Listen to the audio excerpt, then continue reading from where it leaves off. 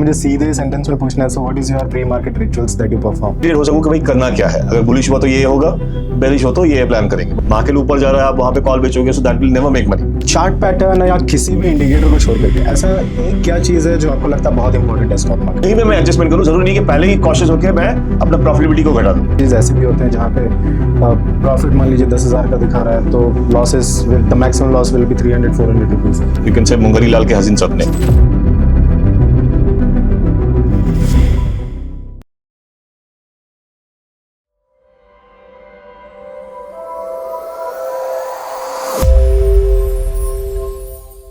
Okay Abhishek ji, क्या आप मुझे ये बताएंगे कि कभी भी मार्केट ओपन होने से पहले आप ऐसा क्या क्या चीज़ देखते हो, या फिर आपका अगर मुझे सीधे सेंटेंस में पूछना है, so what is your pre market rituals that you perform? Okay, so जैसे नॉर्मली मैं पोजिशनल ट्रेड करता हूँ, आई हार्डली डू इंट्राडे। अगर कोई स्टॉक स्पेसिफिक कुछ ना हो या फिर यू कैन से जैसे कोई बजट हो या फिर हो, तो otherwise it's very simple for me कि तो अगर मैं कोई पोजीशन चल रहा है, so that will be obviously neutral or bullish or bearish in nature, right? So अगर bullish हुआ market तो obviously different kind of adjustment होगा, bearish हुआ तो different kind of adjustment होगा. Now obviously my positions are positional, so उतना ज़्यादा adherence ज़रूरी नहीं है, but हाँ, just to make myself aware, मैं at least सुबह ये देख लेता हूँ कि SGX क्या दिखा रहा है, अपना गिफ्ट निफ्टी क्या दिखा रहा है, and accordingly so that I know pre-meditate हो सकूँ कि भाई करना क्या है, अगर bullish हुआ तो ये होगा, बेरिश हो तो ये प्लान करेंगे, बस उतना ही। I don't do much, but हाँ, what I prefer is I continue with my normal get up in the morning exercise, because that running specially that helps me clear my mind, so that मैं inform decision लूँ। Normally what I have seen is, अगर मैं किसी दिन ऐसा हो कि मैं रनिंग ना कर पाऊँ, सुबह एक्सरसाइज ना कर पाऊँ, मेरा डिसीजन मेकिंग काफ़ी क्लाउडी हो जाता है। सो एनी गाइज और if you guys are watching, I would suggest them, even आपको भी, कि try to bring exercise kind of a thing in the morning, ritual kind of, जो आप कर सको, जिस वजह से आपका जो ट्रेडिंग के टाइम क्लैरिटी हो वो आपको बढ़ जाए। Very well, thank you. तो अभी देखिए, आप उन लोगों के बारे में क्या बोलेंगे जो वीकली 1 लाख रुपए 2 लाख रुपए एफएनओ ट्रेडिंग से बनाना चाहते हैं? तो पॉसिबल है, there is nothing wrong with it, but अगर आप 1 लाख महीने मतलब वीकली आप बनाना चाहते हो तो महीने का आप 4 लाख सोच रहे हो, so that way the healthy capital should be around 30 to 40 lakhs. Okay. अगर आप 10 लाख में 4 लाख बनाना चाहते हो, that is like you can say मुंगरी लाल के हसीन सपने. So it is not impossible. It is, maybe it's possible, but for a very minute percentage of the population. Majority अगर करने जाएंगे तो ज़्यादातर लोगों को लॉस ही होगा। जी जी, तो आप कह रहे हैं कि अगर 4 लाख रुपए अगर कोई भी बनाना चाहता है तो मिनिमम 40 लाख रुपीस का कैपिटल उनके पास होना चाहिए, so that they will be able to forecast this कि हाँ ये हो सकता है। अगर जैसा आपने बोला कि अगर 10 लाख रुपए हैं तो 4 लाख बनाना तो उतना रियलिस्टिक नहीं लगता है जितना, नहीं, क्योंकि आप 10 लाख पे भी आप 40% बना रहे हो। It is not that it is a very small amount, it is not that it's a small amount, right? It's a pretty big amount. अब अगर महीने का 40% से भी ज़्यादा एक्सपेक्ट करो, then there is something extremely wrong with it. Correct. So I think anything between 5 to 10% is healthy, doable. Beyond that, it is absolutely not advisable. जी अच्छा, एक और क्वेश्चन है कि चार्ट पैटर्न या किसी भी इंडिकेटर को छोड़ करके ऐसा एक क्या चीज़ है जो आपको लगता है बहुत इंपॉर्टेंट है स्टॉक मार्केट? स्टॉक मार्केट में या ऑप्शन में? ऑप्शन में। नहीं, if you are doing something, कुछ आप कर रहे हो तो आपको एक बेसिक गाइडिंग डायरेक्शन तो चाहिए। जैसे आप चार्ट ले लो या ओआई ले लो, वो तो चाहिए ही चाहिए। Without that you will be totally blind. हाँ, आप अगर कुछ भी बिना जाने भी कर रहे हो ऑप्शन सेलिंग, तो then also your chances, but that is always better अगर आप डायरेक्शन में है। मार्केट ऊपर जा रहा है, आप वहाँ पे कॉल बेचोगे, so that will never make money.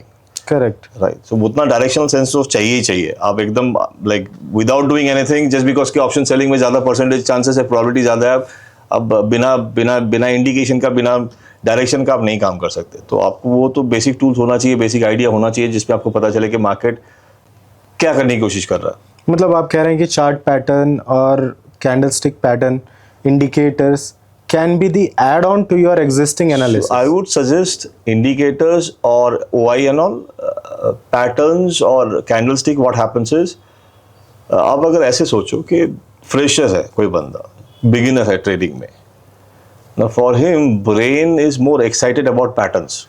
Ji, right. But patterns आप तब आइडेंटिफाई कर सकते हो जब you have had enough experience.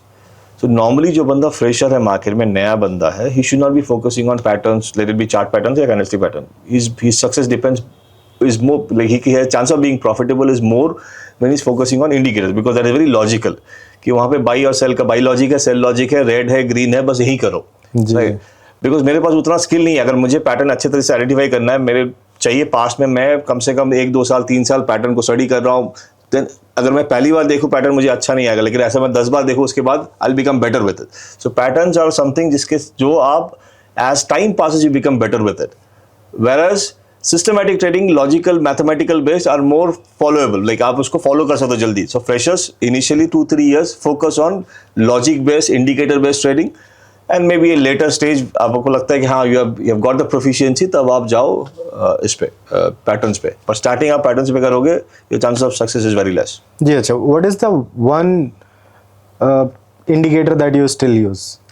अगर आप नॉर्मल देखोगे, so I don't use much of indicators, but if you want, if you ask me कि if I can go back to one, Bollinger Band is pretty good. It helps you give the you can say the lower ends or upper ends of the spectrum because it is based on normal distribution, which is again a mathematical formula. So it says most of the time, 95% of the time, it will be between those two lines, which is +2 and -2 deviation. अब उसके जब बाहर जाए तो ultimately उसको mean में आना ही है. So this is pretty good. Even RSI works pretty good with stocks. मतलब अगर हिस्टोरिकली भी देखोगे, डेली में भी ठीक ठाक काम करता है, लेकिन वीकली और मंथली में तो मैजिकल है RSI. जी हाँ, but recently with the kind of rallies in gold, या देयर कैन बी टाइम्स कि 70 के बाद भी ओवर स्ट्रेच हो जाए. Correct. But otherwise if you use in conjunction with any other indicator it is fine. But otherwise अगर आप काफी टाइम बिताते हो मार्केट में and if you are following the rules, आप इंडिकेटर बिना भी काम कर सकते हो. बट हाँ, अगर है if you are having few indicators is good, but ऐसा नहीं कि आप 25 इंडिकेटर लगा लो, that way you'll get confused. So don't never do that. 1 or 2 is max. So as I said, I have seen RSI flying over 70 in index I'm talking, and it keeps on flying, but people are expecting that there will be some sort of reversal as it is in overbought zone, but it never comes down. So to avoid such instance where indicator is giving wrong interpretation, नहीं, wrong what somebody interpretation has नहीं to है. do? RSI was done created in 1940s 50s, करीब आज से 70-80 साल पहले. जी. So it was right based on what was happening then. As I was telling you कि last 10 साल 20 साल में ही ATR मतलब मार्केट 4 गुना ज़्यादा वॉलेटाइल हो गया. बिल्कुल. सो नाउ कोई बंदा जो बुक लाइक उसने हाल ही में कोई यूट्यूब में वीडियो देखा हो या फिर कुछ बुक ही हैज रेड, उसको वही सिखाया जाता है कि 70 जाने पे वो गिरना ही है. पर जैसे मैं आपको बता रहा था कि जो मेजॉरिटी व्यू है, जब सबको पता है कि 70 पे गिरना है तो वो नहीं गिरेगा. एग्जैक्टली. तो अगर आप अभी लास्ट 7-8 साल से देख रहे हो, अब अगर कोई स्टॉक को 70 में जाके RSI हिट होने के बाद अब बाई करते हो जहां पे सेल करना है, ये chance of making money is much higher. 30 to 70 में भी स्टॉक 20% ऊपर मूव किया होगा, लेकिन 70 से 85 में स्टॉक 80% मूव कर जाता है. करेक्ट. सो हाँ, ओवर स्ट्रेच हैपेंस. मतलब मैं 70 में बुक में लिखा है कि 70 में सेल करना है, बट जो इंडेक्स में बाई कर रहे हैं, जो DIFI, वो थोड़ी 70 देख के बाई कर रहे हैं. बिल्कुल. Right. So ultimately you can not take it by whole. सो आप लीडिंग इंडिकेटर बनने की कोशिश मत करो. अगर आप RSI भी फॉलो कर रहे हो, आपको लगता है कि नहीं यहाँ से 70 है, हिट किया मैंने, सेल कर दिया, डोंट डू दैट. क्या करो, आप 70 देखो, उसके साथ कोई और इंडिकेटर में भी हिकनाशी में या मूविंग एवरेज में कोई क्रॉसओवर हो, या फिर एटलीस्ट एक डाइवर्जेंस हो कि एक मतलब RSI नीचे है लेकिन प्राइस ऊपर जा रहा है, ऐसे जगह पे आप सेल करो, ना कि आप 70 हिट होते ही आप बाइंग चालू करो, सेलिंग चालू कर दो. So don't do that. Correct. कोई दूसरी चीज में कंफर्मेशन ले लो, क्योंकि मार्केट में जो सब चीज सब लोगों को पता है वो काम नहीं करेगा. मतलब that is how, which is sad, क्योंकि हम नए बच्चे आके वही सीखते हैं, बट जो सबको पता है वो नहीं होगा, because market by design is like that. अच्छा, तो क्या आप अभी भी अपने ट्रेडिंग के लिए किसी तरह का इंडिकेटर यूज करते हैं? इंडिकेटर वही, I just don't do much. मैं बस प्राइस एक्शन पे काम करता हूँ. सो मोस्टली मेरा लाइक नॉर्मल रेनको या फिर हिकनाशी के अराउंड ही मेरा काम होता है, because that is gives very clear trends. हाँ, सपोर्टिंग के लिए again I told Bollinger band RSI works good. Okay, तो आपकी फेवरेट सेलिंग स्ट्रैटेजी क्या है? सो मैं किस तरीके से काम करता हूँ, एज आई टोल्ड यू. सो मैं अगर निफ्टी में काम करूँ, मेरा सिंपल लॉजिक रहता है, अगर इंडिया विक्स नेगेटिव की तरफ है तभी मैं कोई भी डायरेक्शनल स्ट्रैटेजी करता हूँ.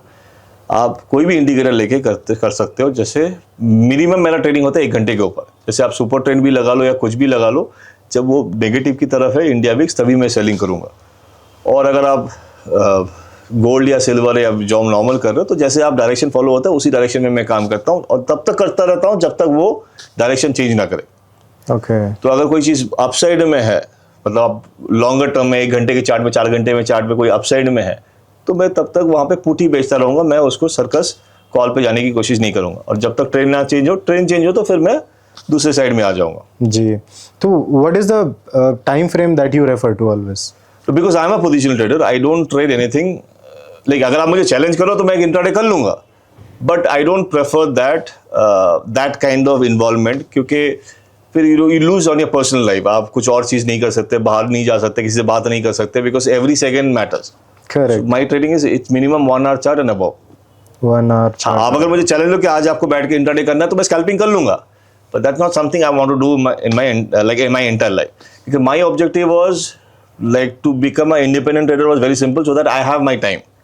मैं नौकरी छोड़ के, मतलब 9 to 5 का नौकरी छोड़ के मैं फिर वही 9 to 3:30 उससे 10 गुना स्ट्रेस एनवायरनमेंट में मैं बैठा रहा हूँ और मैं स्कैल्पिंग कर रहा हूँ, then it doesn't serve the purpose, right? Correct. Okay, तो एक और क्वेश्चन है मेरे पास कि मान लीजिए चार्ट पैटर्न में आपको दिख रहा है कि मार्केट ऊपर जा रहा है, ठीक है, RSI सब कुछ आपने कंबाइन करके देखा, मार्केट ऊपर जा रहा है, बट आपने उसका ऑपोजिट ट्रेड लिया, ऐसा कभी हुआ है क्या?